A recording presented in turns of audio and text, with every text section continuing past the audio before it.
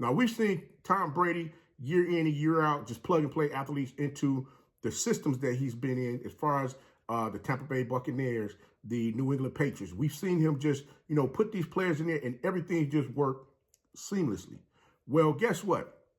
T.C. Taylor is picking up some of that as far as, picking up some of that himself when it comes to recruiting these athletes into the Jackson State Tigers football program, where he's putting players in that's going to work seamlessly based on how, when he played quarterback as well as receiver. We're going to talk about a receiver after this that's going to remind you of someone that just left the Jackson State Tigers football program. It's going to shock you when I tell you about him right after this.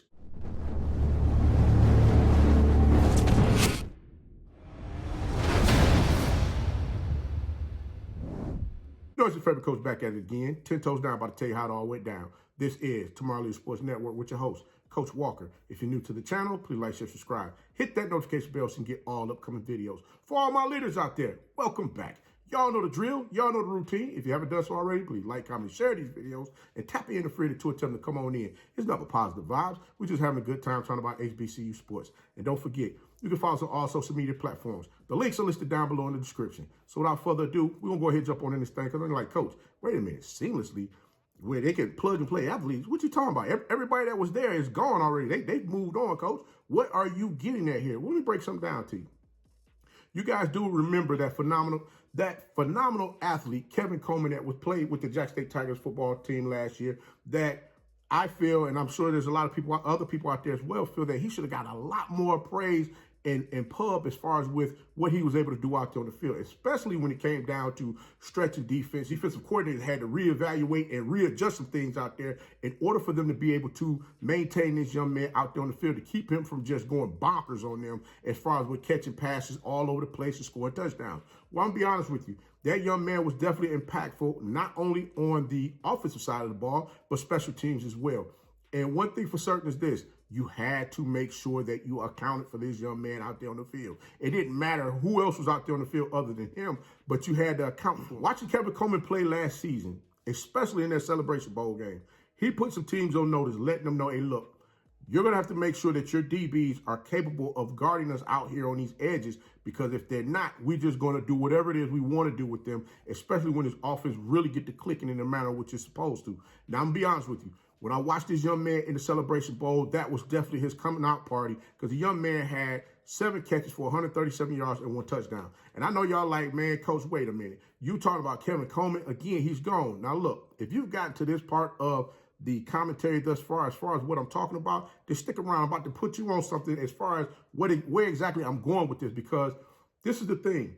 When I stated to you previously that coaches have formulas that they put in place as far as the type of athletes that they want to have on the offense in particular positions. We already know Kevin Coleman can play in the slot, the X, or the Y. Excuse me, he can play the slot, the X, or the Z. So there's no problems with that. Or you can put him in the Y as well and just cause all type of mismatches, because 9 times out of 10, you had an outside linebacker that was covering him, and they had that, they definitely really had to account for him on that when he was in that position, because now, guess what? Now you're having those safeties, especially if they're 2 safety high, they got to shift their coverage as far as what they're going to do. 9 times out of 10, caught you with your pants down. And in this instance, we saw Kevin Coleman do that in the Celebration Bowl.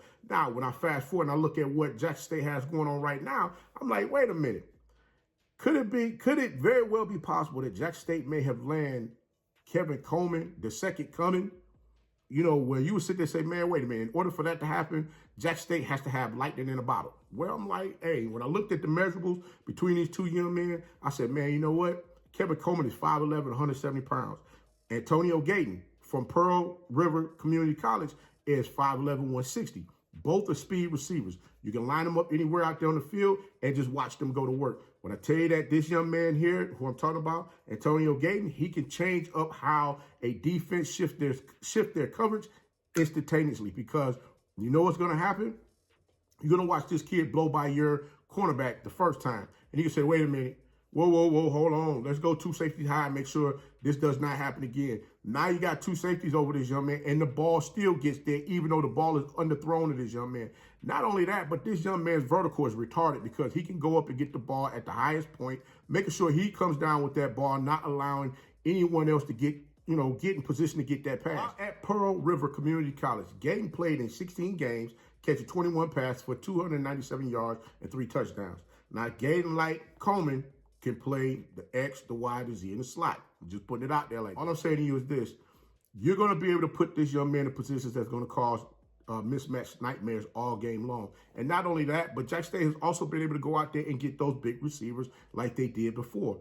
Once again, we've seen how a lot of the teams within the SWAC, they're stacking their DBs up now where they're a lot taller and a little bit more physical.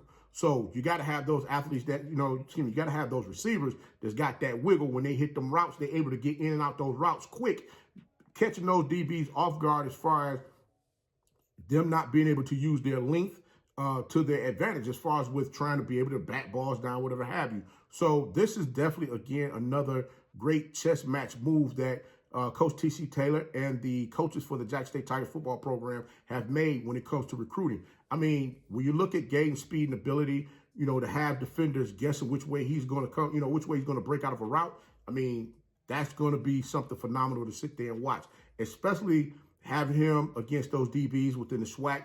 There's going to be some times where, again, you're going to catch some DBs out there on the island by themselves where they're going, their defensive coordinator is going to leave them out there saying, hey, you should be able to go ahead and cover this kid. But until you see this young man out there on the field and he really gets busy, that's when you're going to find out exactly what he's all about. Again, Jackson State is putting something together that's going to be phenomenal once again this upcoming season. Coach T.C. Taylor and the coaching staff over there at Jackson State, they ain't playing no games with this thing. They definitely putting those moves together, being strategic as far as the athletes that they're looking to bring into the program.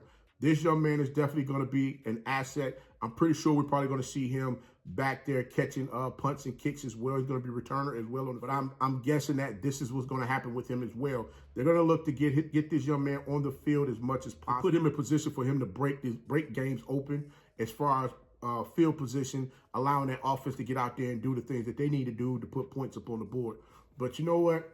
I got to say congratulations to Antonio Gayden on choosing to come to Jackson State University to continue his collegiate football career, and definitely look forward to seeing him do some phenomenal things out there with that Tigers football team this upcoming season, especially with this being head coach T.C. Taylor's inaugural season. We're definitely going to see some great things from that coaching staff that's coming in there to position these young men to get out there and have a great time doing that thing they love to do, and that's ball. But until next time, be the one and lead.